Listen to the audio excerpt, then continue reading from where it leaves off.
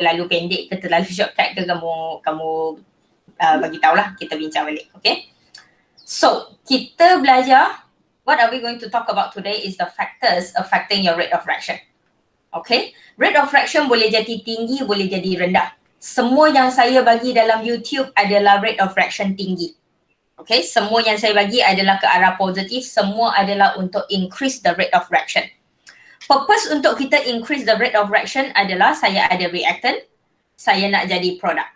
So kalau rate of fraction kita tinggi, kalau rate kita tinggi bermakna produk kita banyak. Okay, so kalau kita buat amali ataupun kalau kamu kerja kat kilang lain kali ataupun kamu kerja kat production line, whatever lah, raya mak kamu nak buat biskut, betul? So kamu nak cuba nak dapat biskut yang banyak dalam masa yang pendek. So factor affecting it. Okay, macam mana kita boleh buat? That is the thing. Dalam kimia, factor affecting your rate of reaction ada 5. The first one is that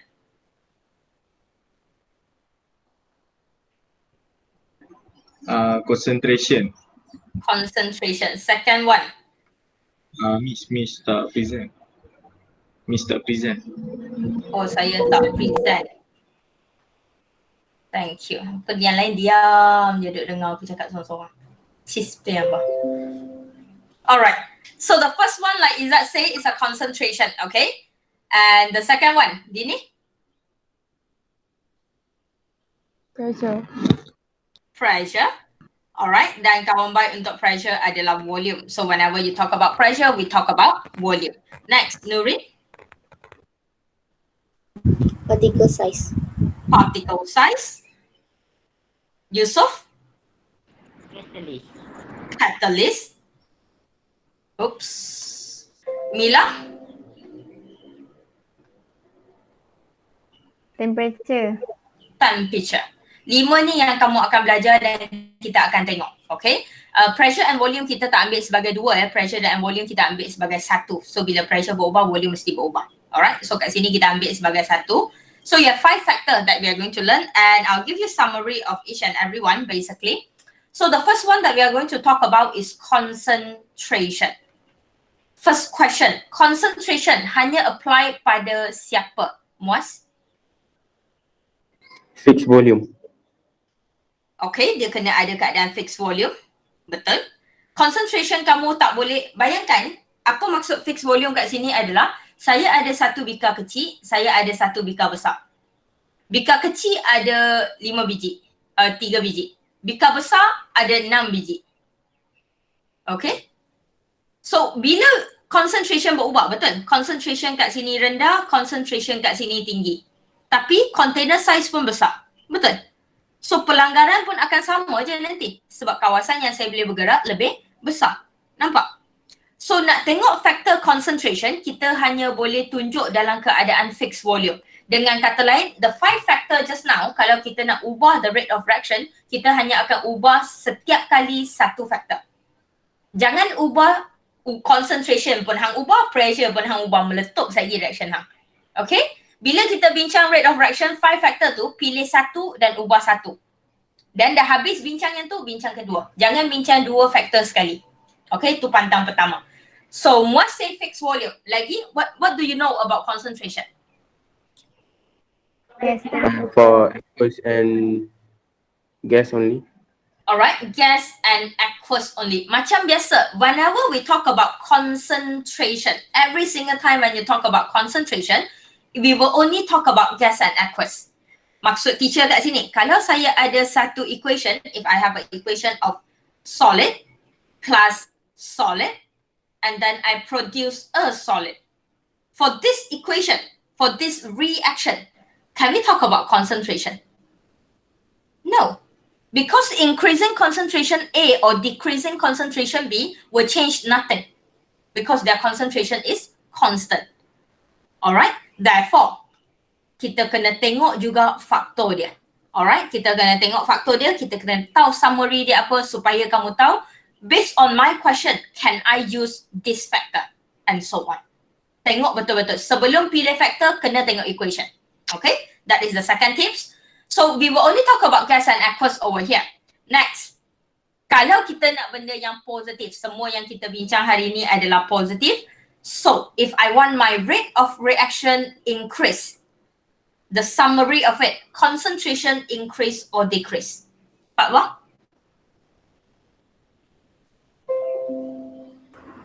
Increase. Alright, concentration increase. Syarat dia satu, saya malas nak buka dua PowerPoint, so saya buka satu PowerPoint je lah.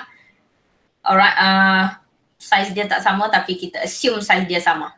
Otak yang saya lukis sekarang sama, sebiji, sama besar. Okay. So apa yang berlaku sekarang, kita guna bilangan titik untuk tentukan concentration. Saya ada 4 molar kat sini. Kat sini, saya increase my concentration, saya naikkan dia jadi 10 molar. Okay, saya naikkan dia jadi 10 molar. Volume yang sama. Concentration lower, concentration higher. Nak dapat produk daripada reactant, nak dapat produk, dia kena ada reaction. Salah satu cara untuk ada reaction adalah dia kena ada pelanggaran. Dua je. Satu, kena berlanggar. Dia kena berlanggar dengan betul dan kena berlanggar dengan tenaga yang cukup. Tenaga kita akan bincang nanti, sekarang kita bincang pelanggaran. So kamu bayangkan sekarang, that is my reactant. Yang warna biru sekarang semua reactant. Reactant dalam kontainer 1 dengan kontainer 2. Siapa yang akan berlanggar lagi banyak? Betul? Kontainer 2. Logik lah. Satu bilik yang sama, saiz bilik yang sama, saya masuk 4 orang dengan saya masuk 10 orang. Betul? Alright? Yang 10 orang lah akan berlanggar lagi banyak. So bila pelanggaran lagi banyak, your collision increase. Yang akan hasilkan produk, saya nak bezakan dua benda ni effective collision dengan collision. Kalau kamu perasan, saya ada 2 ayat kat situ. Betul? Collision berlanggar. Pelanggaran ada banyak jenis. Kamu dating banyak kali tapi tak tentu kahwin. Alright, too deep pula yang tu kan. So collision kamu berlanggar. Collision means kamu langgar, tetapi tak semua pelanggaran yang akan hasilkan produk. Tak semua yang hang couple tu akan kahwin. Jenuh kalau semua couple kahwin. Tak payah couple bagi masa je. So, collision over here, bila kamu berlanggar, kadang-kadang kita langgar, kita tak jadi produk. Kita langgar manja-manja, tak jadi apa. Okay? So, apa yang berlaku? Yang akan jadi produk sebenarnya effective collision. Kamu langgar dengan betul, kamu langgar dengan tenaga yang betul, barulah A dengan B kamu akan react dan kamu jadi produk. Okay? So, dia kena ada pelanggaran. Tapi make sense adalah, logik kat sini adalah, lagi banyak saya berlanggar, lagi high percentage untuk saya dapat effective collision. Betul? Alright? Pelanggaran lagi banyak, bermakna percentage untuk kamu, peratus kamu untuk dapat effective collision mesti lagi tinggi. That's why collision increase, effective collision increase. And what I want to remind you over here sayang, is a 2 different sentence. 2 different thing. Ada pelanggaran tak bermakna ada produk. Ada effective collision, baru ada produk. Okay, make sense? Dan ayat yang paling penting sekarang yang kena ada dalam concentration ataupun saya kata good friend, alright, the best friend of concentration adalah number of particles. Number of reacting particles kalau nak lagi tepat. Okay, sebab yang react lah produk, kalau dah ada aku nak buat apa, biar je lah produk tu. Yang penting orang yang react tu. Number of reacting particle, sebab saya kata increase kat sini, concentration saya increase in a fixed volume. Kamu boleh nampak, kalau concentration berubah, bermakna number of reactant kamu akan berubah. Okay? Dan dalam container yang sama, bilangan reacting particles atau bilangan reactant kamu bertambah. Pelanggaran bertambah, effective pelanggaran bertambah, rate of reaction increase. Okay? Kalau kamu tengok, saya akan tunjuk sentence tu nanti, tak apa. That is concentration problem. Alright? Tak banyak benda. Concentration, berhati-hati dengan apa yang kamu nak bincang. Apa sahaja yang boleh bincang concentration. Syarat dia apa? Syarat dia ada 2. Dia mesti fixed volume dan only number of reacting particles dia boleh increase. Okay? Rate of reaction increase. That is your concentration. Next, kita cerita sikit pasal pressure. Dan pressure, kawan sangat-sangat baik dia, volume. Okay? Kita kalau ada kawan baik, kita bincang pasal kawan baik dia dululah. So pressure, dengan volume adalah inversely proportional. Faham maksud ayat ni? Okay, dengan kata lain, bila pressure tinggi, volume rendah. Vice versa, bila pressure rendah, volume tinggi. Setuju ke? Tak ada benda, tak ada botol kosong yang saya boleh tekan. Alright, setuju yang ni? Okay, so yang tu senang lah. Kalau pressure tinggi, volume kecil, pressure rendah, volume besar. Kawan baik kat sini ataupun syarat, yang penting syarat dulu. Syarat untuk pressure dan volume hanya apply untuk siapa? Aswa? Yes. Sangat penting. Sebab selain daripada gas, kita tak boleh bincang pressure. Tak boleh bincang volume. Kalau reacting particles kamu sekarang adalah HCl aqueous tambah NaOH aqueous. Dan soalan minta state a factor to increase the rate of reaction. Kamu kata increase the pressure. Salah. Okay, sebab dia adalah aqueous. So kena sangat berhati-hati dengan pilihan faktor tu. Kamu tak boleh bantai suka hati, oh 5 tu aku letaklah suka hati aku nak letak apa. Tak boleh. Okay, so jangan pilih suka-suka hati. So pressure mesti adalah gas. Ada gas baru boleh bincang pressure. Kalau keadaan kita macam ni, C10, H22, liquid, dia liquid. Tapi saya react dengan oxygen gas. Saya ada gas kan? Alright, saya masih ada gas kat sini, bermakna pressure kita boleh pakai. Dia tak semestinya semua orang pegang gas. Tapi reactant kamu, salah seorang reactant kamu adalah gas, pun boleh. Okay, pun boleh. Dia akan berubah sebab dia pegang gas. Alright, so tak perlu semua orang pegang gas. Make sense? Tapi minimum kena satu. Tu cara kita nak pilih lah. Saya rasa faham tu kamu faham. Saya takut kamu buat salah bila kamu pilih je. Especially bila soalan suruh pilih. Kalau soalan dah cakap concentration, saya tak risau. Hang jawablah concentration. Orang dah bagi tahu concentration. Tapi bila soalan suruh state the factor, yang tu aku risau. Okay? So, kawan baik dia. Ini syarat dia. Kawan baik dia, ayat untuk kawan baik dia adalah distance between the molecule. Alright? Distance between. Lagi tepat nak senang kita guna reacting particles je. Distance between reacting particles. Yang tu ayat paling selamat. Okay? Kadang-kadang dalam nota kita bagi perkataan yang berbeza sebab kita nak bagi kamu nampak boleh guna perkataan berbeza. Tapi kadang-kadang guna sama je. Okay? Distance between reacting particle, reason senang, bila pressure saya sangat tinggi. Bila pressure saya sangat tinggi, bermakna kontainer saya akan ditekan dengan sangat teruk. Alright? Bila kontainer saya ditekan dengan sangat teruk, bilangan biji saya yang sama duduk dalam ni, 4 biji. Tapi kalau pressure saya rendah, bermakna saya tak ditekan dengan teruk. Saya tekan sikit je. So volume saya sangat besar, saya ada 4 biji. Nampak? Kat sini, obvious kot. Pressure tinggi, pressure rendah. Siapa belanggar banyak? Alright? Nampak? At the end of the day, kita nak satu je. At the end of the day, kita nak pelanggaran tu banyak, kita nak effective collision tu banyak. Sebab tu saya boleh dapat produk. Dalam exam, tak payah hafal pun. Kadang-kadang kalau kamu macam, saya tak ingat lah weh teacher, pressure tinggi ke rendah, lukis. Kalau pressure tinggi, volume saya jadi kecil. So size container saya jadi kecil. Kalau pressure saya rendah, container saya jadi besar. Bilangan titik kena sama. Apa? Concentration kena sama.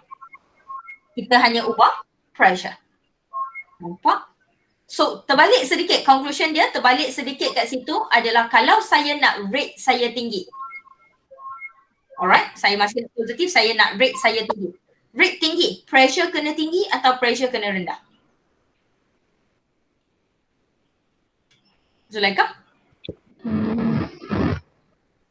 Pressure tinggi. Pressure kena tinggi. Nampak? Pressure tinggi, rate akan tinggi. Reason, sebab distance akan duduk makin dekat. Distance between the reacting particle will be closer. Jarak antara diorang duduk makin rapat. Supaya pelanggaran jadi lagi senang. Make sense? Simple? Alright. Next, yang kita akan tengok adalah particle size. 3 ni yang saya nak bincang dulu sebab 3 ni yang ada syarat dia. 2 lagi belakang tu tak ada syarat. Dua belakang tu dengan kata lain, soalan macam apa pun hang boleh bincang. Okay, particle size hanya apply untuk siapa? Aina? Solid. Mesti hanya adalah untuk solid. Saya ada contoh yang sangat-sangat senang.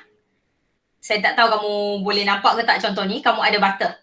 Saya ada butter satu blok, alright. Dengan saya ada butter satu blok tu, lepas tu saya potong jadi sekeping. Butter mana lagi cepat cair? Betul. Alright. Kamu ada daging ayam, seketul aku lapar dah. Kamu ada daging ayam seketul tak masak apa lagi, tak buat apa, tak potong apa, dengan kamu ada kepingan daging ayam. Nak masak, nak makan cepat kan? Siapa lagi cepat masak? Betul. Alright, sebab kamu dah potong. Sebab apa? Sebab kawan untuk particle size yang kita akan bincang adalah particle size takkan duduk seorang. Kawan baik dia, contact surface area. Alright? The moment kamu cerita particle size sebab dia solid, kamu mesti kena ada perkataan contact surface area dalam explanation kamu. Okay? Dan particle size kalau besar, particle size is very big. Ataupun saya tulis kat bawah lah.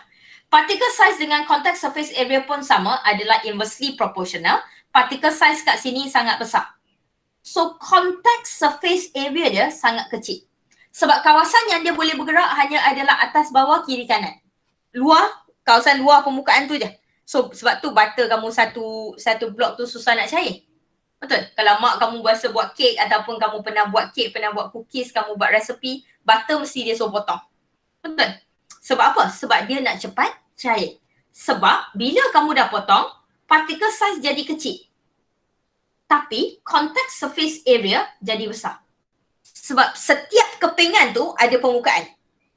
Setiap kepingan tu ada permukaan yang terdedak yang boleh react. Dan yang paling penting yang kita nak sekarang adalah contact surface area yang tinggi. Sekali lagi, diorang adalah inversely proportional macam pressure dan volume. Particle size adalah inversely proportional dengan contact surface area. Okay? Dan yang kita nak adalah contact surface area tinggi. Bila contact surface area tinggi, the area that exposed is larger. So collision mesti lagi tinggi lah, pelanggaran yang boleh berlaku lebih banyak sebab kawasan yang terbuka tu lebih luas. Okay? Therefore, rate of reaction increase. So rate of reaction kat sini akan increase apabila contact surface area tinggi. Contact surface area tinggi bermakna particle size saya kat sini adalah kecil. Make sense? Alright. Senang. Boleh buat? Okay, sebelum saya move on, kita nak tengok sentence tu sikit. Saya tak nak kamu hafal susah-susah. Hafal tu macam banyaknya ayat saya nak kena hafal. Tak payah weh. Ayat tu kalau kamu tengok sama je. Untuk concentration, alright, untuk tiga faktor ni, concentration, particle size dengan another one, pressure and volume. Tiga ayat last ni sama. Concentration, higher collision, number of effective collision, rate of reaction. Sekali lagi effective collision dengan collision benda yang berbeza. Okay. Next, kita nak tengok tiga ayat kat bawah je. Higher collision, higher effective collision, rate of reaction increase. Untuk pressure, sama. Higher collision, higher effective collision, rate of reaction increase. Kena hafal 5 ayat kah? Tak payah weh. Tahu tak ayat yang kamu kena hafal untuk 3 faktor ni? Satu je. Ayat yang kamu kena hafal, this one. Sebab atas tu sebenarnya bukan explanation. Atas tu untuk melengkapkan explanation. Atas tu adalah faktor yang kamu bincang. Alright, atas ayat pertama tu adalah forever faktor yang kamu pilih. Okay, concentration, nak increase ke nak decrease? Hang tulis, itu ayat pertama. Bila kamu tengok pada particle size, ayat pertama, particle size, factor. Alright, decrease atau increase? Ikut hang lah, ikut soalan lah. So ayat pertama tu bukan ayat yang kamu sokong kena hafal, adalah pilihan faktor yang kamu pilih. Yang kamu kena hafal, yang ni je weh. Bila concentration, apa kawan dia? Nampak? Alright? Bila particle size, siapa kawan dia? Contact surface area. See that? Alright? Bila dia adalah pressure and volume, kita akan kata distant. So closer or further away. See that? So jangan bagi tahu kat saya teacher 5 faktor, setiap faktor 5 ayat. Kena hafal banyak ayat teacher. Tak ada weh. Satu faktor hafal 1 ayat. Ayat yang lain sama. Make sense? Senang? Okay, better that way? Alright, next. Dua yang belakang tu, dia pelik sedikit sebab dia akan cerita pasal activation energy. Before that, any problem with activation energy? Do you know what is activation energy? Tahu tak tadi kita pernah cerita saya ada reactant, saya nak jadi produk, saya kena ada effective collision, syarat pertama. Saya kena berlanggar dengan tepat. Okay, saya kena berlanggar dengan tepat. Okay, effective collision ni kena ada dengan tenaga yang cukup. Kalau kamu langgar manja-manja, tak jadi. Dia kena ada tenaga yang cukup. Tenaga yang cukup dalam bahasa kimia, kita panggil activation energy. Activate the reaction. Sebab tu nama dia activation energy. If you go and Google, is the word minimum kinetic energy required. Alright, minimum kinetic energy required, blah blah blah. So dia adalah tenaga minimum yang reactant kamu kena capai. Kalau saya daripada reactant nak jadi produk, A saya nak jadi B, A saya kena paling minimum. Dia dah bagi tahu dah, A saya kalau nak jadi B, dia kena ada 100 kJ per mol. So saya kena ada tenaga sebanyak 100 kJ per mol, baru A saya boleh berlanggar dan jadi B. That is your activation energy. Okay, make sense? So, in your temperature ni agak jelas dia tak bergerak sekarang sebab saya tak jadikan dia video. So dia sepatutnya bergerak kan kalau kamu ingat. So obviously kalau sejuk dia sejuk macam apalah, hampa kan sejuk je dengan saya kan. Slow semacam je. Slow. Alright, move very slow. Alright, macam Izzat lah. Izzat adalah very low temperature in my class. Very hot temperature dalam kelas ni saya seorang je. Yang lain hampa chill, relax. Hampa forever chill. Chill lah, misal relax lah. Kamu tak takut ke? Saya takut hampa nak exam dah ni. Saya tak confident budak saya nak masuk exam. Tapi saya tak tahu budak saya confident ke tak. Saya confident je. Saya dah cuba ajar sebaik yang saya boleh lah. So you're going to move slow in the cold. In the hot, you move fast. Kalau kita tak nak tengok energy dulu, kalau kita biarkan energy side, kita balik kepada collision dulu. Kita balik kepada pelanggaran yang kita bincang. Satu bergerak lambat. Satu bergerak laju gila. Siapa berlanggar banyak? Laju lah. Betul. Logik tau. Benda tu logik. Okay. So kalau yang ni akan collide lebih, kita still bincang collide dulu. Alright. Kalau yang ni collide lebih, obviously effective pun akan tinggi. Betul. Alright. Rate mesti akan lebih tinggi. Sebab dia panas.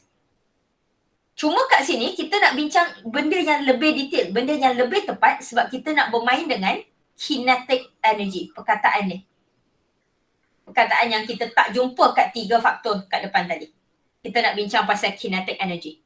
Bila kita bincang pasal kinetic energy, baru kita boleh relate kepada move faster. Pergerakan dalam fizik. Pergerakan sentiasa pasal kinetic energy. Bergerak laju bermakna kinetic energy sangat tinggi. Make sense? Alright?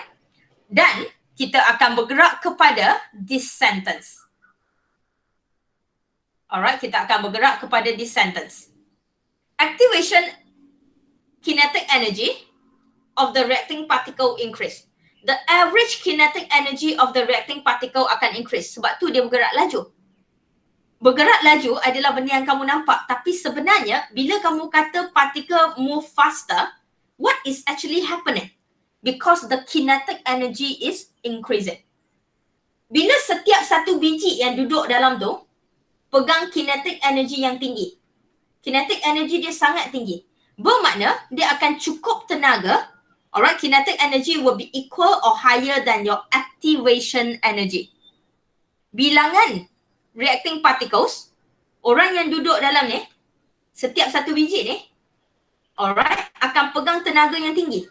So bila dia pegang tenaga yang tinggi, dia akan mampu untuk lebih daripada activation energy supaya dia boleh berlanggar dengan tenaga yang cukup dan jadi produk. Okay? Make sense? Sebab tu dia keluar statement, more number of molecule with kinetic energy equal or higher than activation energy increase. Okay? Akan ada lebih banyak molekul yang pegang tenaga yang cukup untuk capai activation energy tu. Alright? Make sense? Okay? Kenapa kita tak cakap collision tinggi? Boleh cakap tak salah. Kalau kamu tulis kat sini collision increase, effective collision increase pun tak ada masalah. Kat sini kamu nak tulis je lah, senang. Tulis je. Okay, tulis je. Cuma kamu kena tambah ayat ni. Kat temperature. Alright, ayat ni. Alright, mesti kena cerita pasal activation energy. Temperature dengan catalyst pun sama. Mesti kena cerita pasal statement ni. Sayang, saya bagi ayat yang sama sebiji.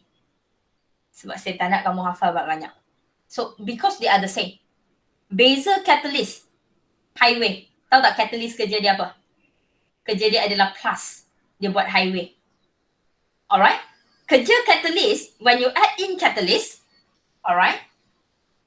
Kita besarkan sikit, baru nampak. Okay. Catalyst. Kat sini, tambah catalyst. Kat sini, no catalyst. And we know that catalyst adalah benda, kamu belajar kat form 5, is something that you put into your reaction to make your reaction faster. Betul? Without itself being consumed. Dia sendiri akan kekal. Dia dari awal sampai hujung akan kekal. Kerja dia duduk dalam tu nak cepatkan reaction. Yang tu yang kamu belajar. Macam mana dia cepatkan reaction? Yang ni kita nak belajar. Semua orang tahu catalyst tu adalah untuk cepatkan reaction. Soalan dia macam mana dia cepatkan? Dia buat jalan baru. Dia buat shortcut. Alright, dia akan buat jalan baru. Jalan asal, reaktan kena panjat tangga tinggi ni. Reaktan kena panjat tangga sampai puncak ni. Sampai puncak ni baru golek jadi produk. So activation energy tinggi ni man. Ni tembok Cina ni man. Bukan semua boleh naik. Okay, that is your activation energy. Tinggi ni. Hang kena naik sampai atas baru hang boleh jadi produk. Itu jalan asal. Tapi kalau saya ada catalyst, bila saya tambah catalyst, the magic happen. Bila kita tambah catalyst, ni puncak saya. Nampak ketinggian puncak saya kurang separuh. Tangga yang kamu kena naik, separuh je. Ni tingkat 4 mama kimia je. Semua orang boleh naik. Alright? Kamu akan naik, tu pun tak tentu semua orang boleh naik. Alright? Kamu semua boleh naik, lepas tu dia akan turun jadi produk. Satu je. Produk sama.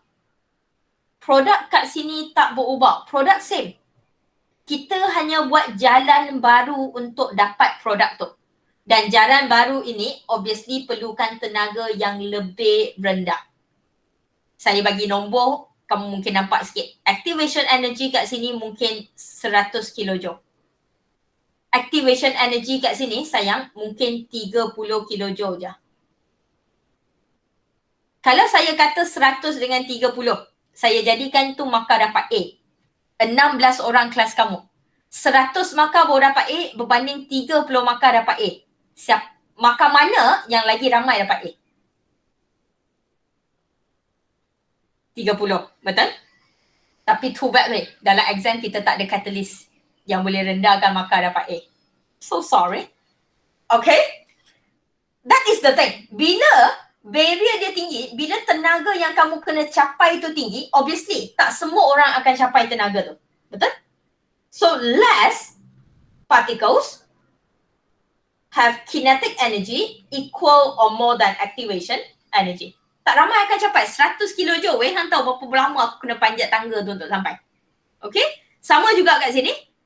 Alright, berbeza dengan sini. Berbeza kat sini adalah passing mark saya 30. 30 dah dapat A. Semua boleh dapat A. Betul? Alright, dalam mimpi weh, dalam mimpi.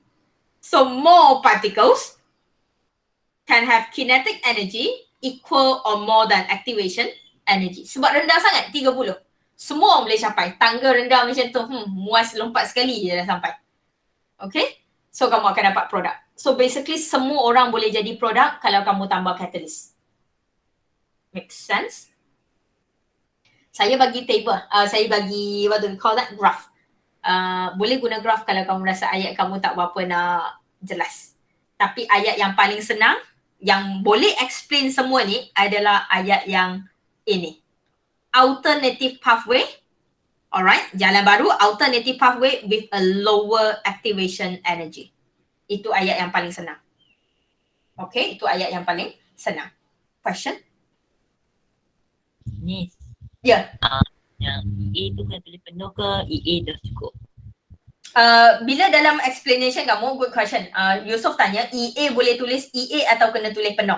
Kalau dalam explanation kamu, kali pertama, the first time kamu tulis penuh. Kamu tulis activation energy, EA. Lepas tu bila kamu repeat kat bawah, kamu akan repeat lah 2-3 kali nak explain benda tu kan. Kamu boleh tulis EA je. Boleh. Okay. Tapi dalam ayat tu kena ada sekali penuh lah. Semua faktor saya dah cuba summary kan dalam 5 point. Dalam exam boleh tulis point form. Tak ada masalah. Satu je, make sure ayat tu lengkap. Okay, make sure ayat tu lengkap. Kenal kawan-kawan dia.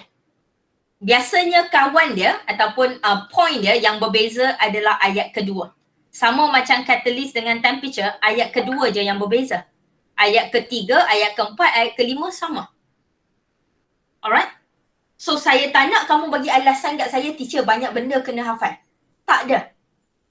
Saya ajar sampai detail macam ni sebab topik 9, topik 8 semua calculation. Hang rasa explanation ni tak keluar ke? Dia mesti akan keluar. Dia keluar yang mana satu je. Okay? Dia mesti akan keluar. Dan kalau dia keluar dalam bentuk, kita nak tengok soalan sikit. Bukan soalan tutur. Soalan tutur adalah soalan yang bagus, sangat bagus. Soalan yang saya minat. Kalau dia keluar dalam bentuk equation. Alright, contoh kalau dia keluar dalam bentuk, kita ambil contoh yang senang je lah. Apa-apa yang masuk dalam otak saya sekarang. Kalau dia keluar equation like this. Okay, atas tu dia suruh kira lah rate law ke apa benda, dia suruh kira. Kat last kali dia suruh bincang, give a factor to increase the rate of reaction. Dia dah bagi tahu, katakan. Okay. Ataupun dia tak bagi tahu dia nak increase. Give a factor that affecting. Bila dia kata affecting rate above. Bila dia hanya kata affecting rate above, kamu boleh pilih sama ada kamu nak increase atau decrease. Tak kisah. Kamu jawab rate increase boleh, kamu jawab rate decrease boleh. Tak ada masalah. Tapi kalau soalan dah bagi tahu dia nak rate increase, hang jangan gatal. Hang mesti make sure at the end of the day rate kena increase. Okay? Untuk macam ni, sama, 5 faktor, boleh pilih mana-mana yang sesuai. Gas. Right? So, kamu boleh pilih pressure. Kamu boleh pilih concentration. Alright? Boleh tak pilih particle size? Alright? Kita tak boleh pilih particle size. Kita boleh pilih temperature. Kita boleh pilih catalyst. Right? Mana-mana satu yang kamu pilih. Saya ada 16 orang. Okay? Kawan kamu pilih pressure, kamu pilih concentration. Tak ada masalah. Sama. Betul. Soalan macam ni saya tak risau. Sebab soalan macam ni kamu akan jawab ikut apa yang ayat dalam nota ada. Kamu jawab lah. Alright? When the pressure increase, what happen? Okay? When the pressure increase, what happen? Guna balik ayat yang sama. Okay? Cuma kamu kena apply lah when the pressure of nitrogen and hydrogen gas increase or decrease. Concentration pun sama, when the concentration of nitrogen or hydrogen gas increase or decrease. Kena menjawab soalan yang tu je. Ayat pertama je. Ayat 2, 3, 4, 5 tu guna balik nota. Okay? Satu je sayang. Pilih faktor yang betul. Dan kalau kamu perasan, saya hanya check untuk reactant. Perasan tak? Produk tu dah jadi produk dah, nak tengok apa. Siapa yang akan effect reactant lah. So kita tengok reactant je. Okay? Make sense? Setakat ni? Boleh? Kalau boleh, kita ada setengah jam lagi. Saya nak move on kepada soalan tutup. Soalan macam ni adalah soalan typical. Soalan yang orang kata senang. Soalan straightforward je. Dia minta. Okay? Soalan tutup adalah soalan yang dia apply dalam daily life ataupun dia bagi keadaan, kamu kena bincang keadaan tu. Okay? Soalan macam ni kena berhati-hati sebab kamu kena jawab keadaan yang dia bagi. Kamu tak boleh bincang benda lain. So soalan 14 katakan. A, dia bagi equation. Alright, that is your equation. In the lab, powdered calcium carbonate react much faster with dilute hydrochloric acid than calcium carbonate chips.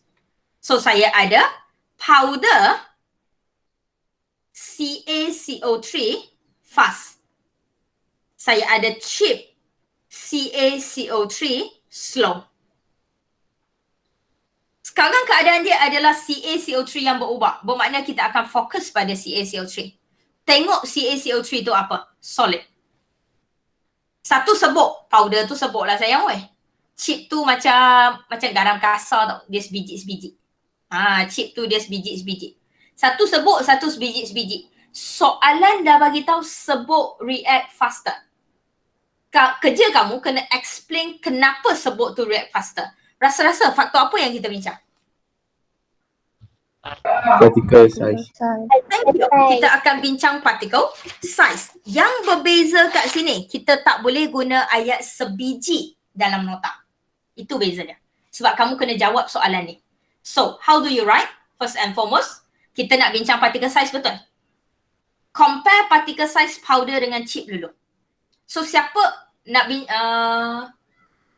react faster? So, kita bincang kenapa dia laju lah. Okay? So, we write that first. Powdered CaCO3 has particle size dia besar atau kecil? Bigger or smaller? Smaller ya, sebab dia sebut. A smaller particle size. Dan, comparison sayang, kena compare. Dan, chips CaCO3. Nampak beza ayat dia? Okay, that is the way that we write. Next, bila kita dah cerita pasal particle size, kita nak cerita pasal next point, Nurin.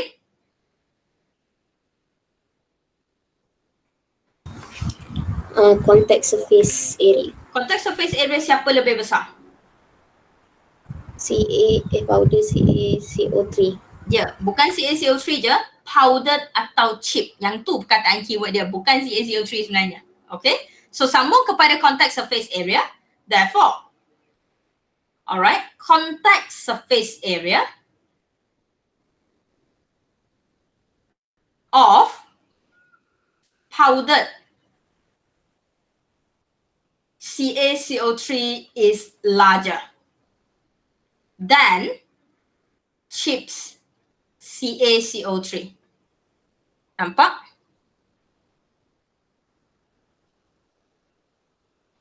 Lepas tu sambung ayat macam biasa. Okay? Ayat next kat situ, Putri. Collision. Thus, collision between siapa dengan siapa? Thus, collision between powdered CaCO3 and acid tau. Sekarang collision bermakna react much faster with the hydrochloric acid. Thus, collision between powdered CaCO3 with hydrochloric acid is higher. Nampak ayat dia? Nak kata nak kata berbeza dengan nota, tak berbeza. Kamu salin balik apa yang dalam soalan je. Tapi kamu kena guna perkataan dalam soalan tu. Okay? Barulah, as a result, effective collision increase. Perkataan effective wajib. Oh, saya biasa dah guna simbol. Alright, and rate of reaction increase. Okay. Saya rasa ayat bawah tu tak ada masalah ni. Point yang sama. Kita ubah sikit je. Alright, kita ubah sikit je. Soalan B kat situ. Give another two factor that can influence the rate of reaction. Baca soalan betul-betul ataupun my advice adalah tengok markah. Kadang-kadang dia tak perlu explain pun. Dia nak minta je factor. Tapi yang ni dia dah memang explain your answer. So kamu kena explain lah. Okay? So saya nak dua factor. Dua factor apa yang kamu pilih? Anybody? Temperature catalyst. Temperature catalyst ni adalah faktor orang pemalas. Kenapa temperature and catalyst? Yusof saya boleh tolong jawab sebab temperature and catalyst tak ada syarat. So bila dia tak ada syarat, dia adalah antara benda yang senang nak guna. Dengan kata lain, semua soalan boleh guna temperature, boleh guna catalyst. Good choice. Tapi kalau kamu perasan, explanation dia panjang. Betul? So up to you. Temperature saya terima, catalyst saya terima. Concentration pun saya terima. Kenapa saya terima concentration? Sebab saya ada kehadiran aqueous. Okay? So concentration pun saya terima. Tetapi boleh bincang pressure? Tak boleh. Atira, kenapa tak boleh bincang pressure? Sebab pressure untuk gas. Kat reaktan tak ada gas. Thank you. Sebab kat reactant saya tak ada gas. Dia ada gas tapi dia duduk kat produk. And like I say, kita tak tengok produk sayang, kita tengok reactant. Itu trick dia lah. Okay? Tu cara kita pilih. Dan bila dia nak minta explain your answer, ayat yang sama lah dalam nota kamu. Yang tu saya tak nak bincang lah. Alright? Kamu akan tulis pun, kamu dengar je nanti. So cuma sekarang kita nak tengok cara nak pilih tu. Okay? Alright. Yang tu tak ada masalah, ada masalah? Yang ni antara soalan senang lagi tau. Ni soalan yang kamu menyampah. Apa benda dia duk cakap ni? Ni satu lagi. Alright. Kenapa daging tu rosak? Sebab tak letak dalam peti sejuk lah. Tak ada gurau je. Alright. Tak, soalan macam ni jadi trend tau sekarang. Dia tak tanya soalan yang straightforward daripada buku. Soalan daily life jadi trend this few years. Memang soalan exam dia keluar soalan macam ni. Sebab tu kita bagi. Sebab tu saya nak bincang. Okay. Iron feeling rust faster than iron nail. Soalan macam ni biasanya dia dah bagi tahu keadaan tu. Dia dah bagi tahu dah siapa menang, siapa kalah. Kerja kamu, faktor apa dan kenapa. So kamu tak akan dapat markah untuk bagi tahu siapa cepat, siapa lambat, kamu tak dapat markah. Kamu dapat markah, kamu bagi tahu kenapa je. Okay? Iron feeling adalah macam sebuk. Dust iron. Alright, iron feeling adalah macam sebuk. And then iron nail obviously paku lah. Okay? So sekarang dia dah bagi tahu dah. Your dust iron, your iron feeling rust faster. Dia karat lagi cepat. So sekali lagi, it's a solid. Hang rasa kita nak bincang guna faktor apa? Particle size. Particle size. Alright. Particle size dan kawan baik dia siapa? Shakira?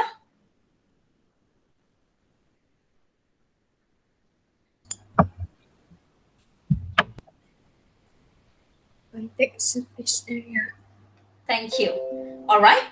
Particle size dan kita akan bincang pasal contact surface area. Dalam exam, a bit of tips. Conteng dulu kat tepi sebelum tulis ayat. Particle size, saya nak bincang kenapa dia rust faster. Betul? So particle size untuk iron filling, tinggi atau rendah? Rasa-rasa. Dia rust faster. Rendah. Kecil. Betul? Supaya contact surface area dia tinggi. Barulah collision tinggi, effective collision tinggi, alright, rate tinggi. Sebab tu dia karat cepat. Dalam exam, conteng benda ni kat tepi-tepi. Baru tulis. Your life will be easier. Supaya hang tak perlu fikir, kita tahu lah macam mana nak fikir ayat tu kan. So, the statement over here, macam tadi, iron filling has a smaller particle size than iron nail. Okay, straight away masuk kepada therefore iron filling has a larger contact surface area.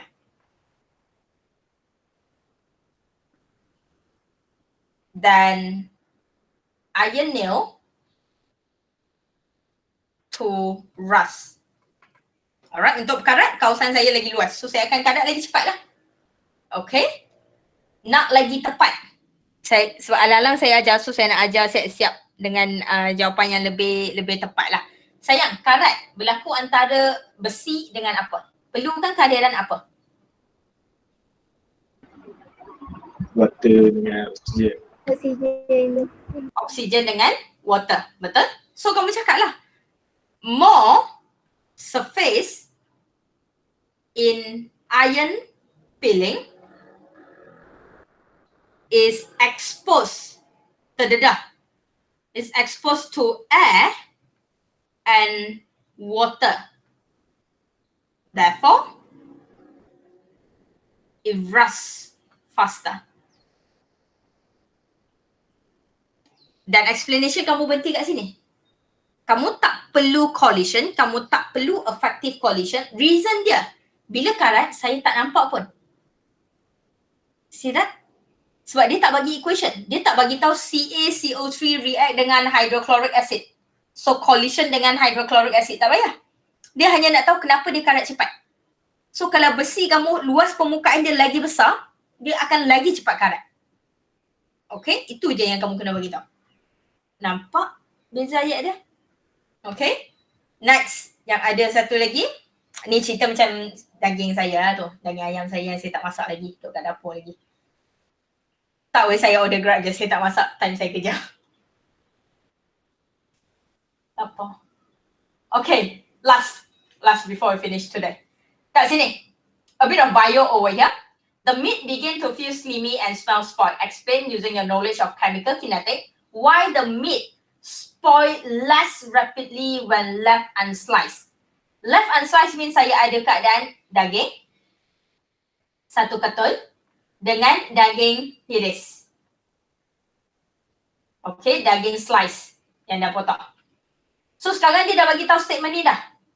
Daging untuk yang tak potong lagi spoil less rapidly.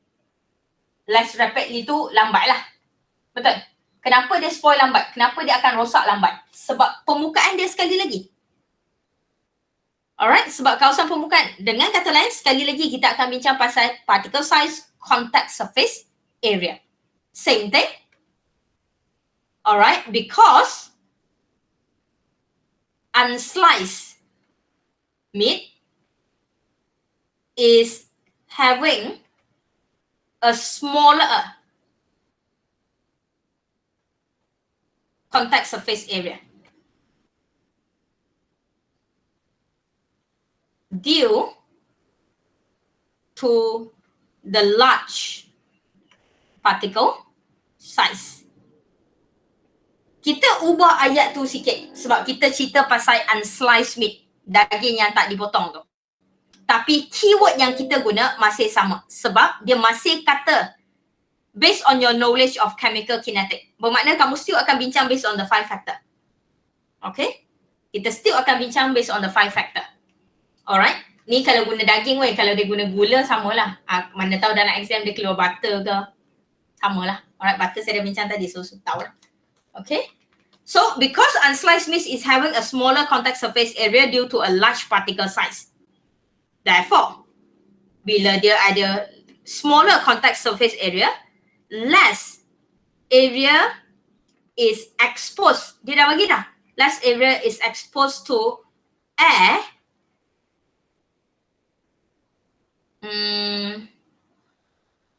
Less area of the meat. Less area of the meat, of the unsliced meat,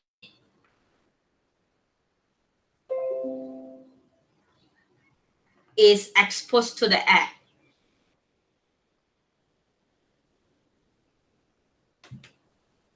Nampak? Soalan macam ni suka keluar lately. Sangat suka. Keluar almost every year. Okay? Alright? Make sense?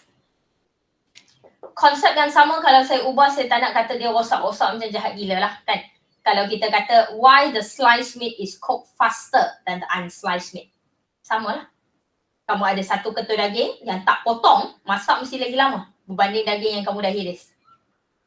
Okay? Dia boleh apply macam-macam. Kat sini kita banyak guna contact surface area sebab kita nak kamu nampak solid tu. Tapi padahal liquid pun boleh. Alright, kamu bancur sirap. Ataupun kamu nak bancur Milo. Kenapa Milo? Sebut Milo lagi cepat dissolve dalam air panas berbanding air sejuk. Temperature. Betul? Because the movement of the water molecule is faster. See that? So dia benda daily life, tapi benda daily life yang kamu kena relate dengan 5 faktor tu. So kita still kena balik, tengok balik, baca balik daily life kamu tu, ayat yang dia bagi tu adalah cerita pasal apa. Pilih dulu faktor tu. 5, dia takkan lari daripada 5 tu. Tak ada yang ke-6, saya garanti. Tak ada yang ke-6, 5 tu je. Okay? Keyword setiap faktor kena ada. Mungkin kita takkan bincang collision dah sebab dia bukan kimia. Kita tak nampak molekul tu collide. Molekul tu tak berlanggar. Okay? Tapi ayat keyword pertama dengan kedua tu, the contact surface area, the particle size, the concentration ataupun the number of molecule, benda tu kena ada. Okay? Kena ada. Make sense? Alright. Question so far? This is the last thing in your entire semester. Are you ready for your final?